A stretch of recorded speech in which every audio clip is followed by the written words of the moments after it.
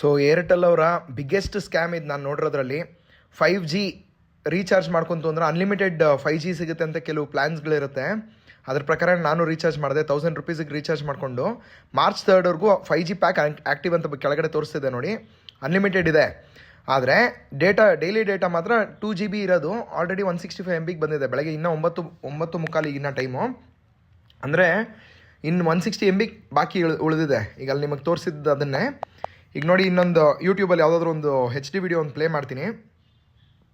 HD video play ಮಾಡಿ ಒಂದು just ಒಂದು 2-3 ಮಿನಿಟ್ಸ್ ಪ್ಲೇ ಮಾಡ್ತೀನಿ ಅಷ್ಟೇ. ಡೇಟಾ ಹೆಂಗೆ ಖರ್ಚಾಗ್ತಿದೆ ನೋಡಿ. ಮೇಲ್ಗಡೆ ನೀವು ಗಮನಿಸ್ಬೋದು 5G ಅನ್ನೋದು ನೀಟಾಗಿ ಕಾಣಿಸ್ತಿದೆ. ನಾನು 5Gಯಿಂದ ನಾನು ಇರೋ ಜಾಗದಲ್ಲಿ ಎಲ್ಲ ಕಡೆನೂ 5G ನೆಟ್ವರ್ಕೇ ಇದೆ. ಬಟ್ ಅಂದ್ರೂ 5G ಡೇಟಾ ಕನ್ಸ್ಯೂಮ್ ಆಗ್ತಾಯಿಲ್ಲ, ನಂದು ರೆಗ್ಯುಲರ್ 4G ಡೇಟಾ ಕನ್ಸ್ಯೂಮ್ ಆಗ್ತಿದೆ.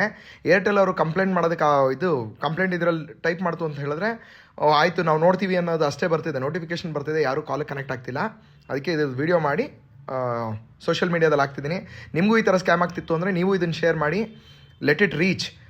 ಈ ಥರ ಸ್ಕ್ಯಾಮ್ ಮಾಡ್ತಿರೋರ ತನಕ ರೀಚ್ ಆಗಲಿ. ನೋಡಿ, ಈ ವಿಡಿಯೋ ಒಂದಿಷ್ಟು ದೂರ ಪುಷ್ ಮಾಡ್ಕೊಂಡು ಪ್ಲೇ ಮಾಡ್ತೀನಿ. ಎಲ್ಲ ಫುಲ್ HD ಪ್ಲೇ ಮಾಡ್ತಾಯಿದ್ದೀನಿ.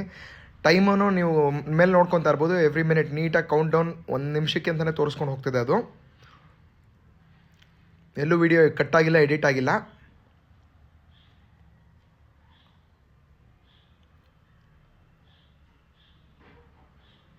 ಸೊ ಇಷ್ಟರವರೆಗೂ ಪ್ಲೇ ಮಾಡೋಣ. ಈಗ ಸ್ವಲ್ಪ ಎಂಡ್ ಮಾಡಿ ನೋಡೋಣ. ನೋಡಿ, ಏರ್ಟೆಲ್ಗೆ ಹೋಗ್ತೀನಿ ವಾಪಸ್ಸು. ಫಸ್ಟ್ಗೇನೂ ಇಲ್ಲ, ರಿಫ್ರೆಶ್ ಮಾಡಿದ ಪೇಜ್ ರಿಫ್ರೆಶ್ ಮಾಡಿ ವಾಪಸ್ ಬಂದಿದ್ದ ತಕ್ಷಣ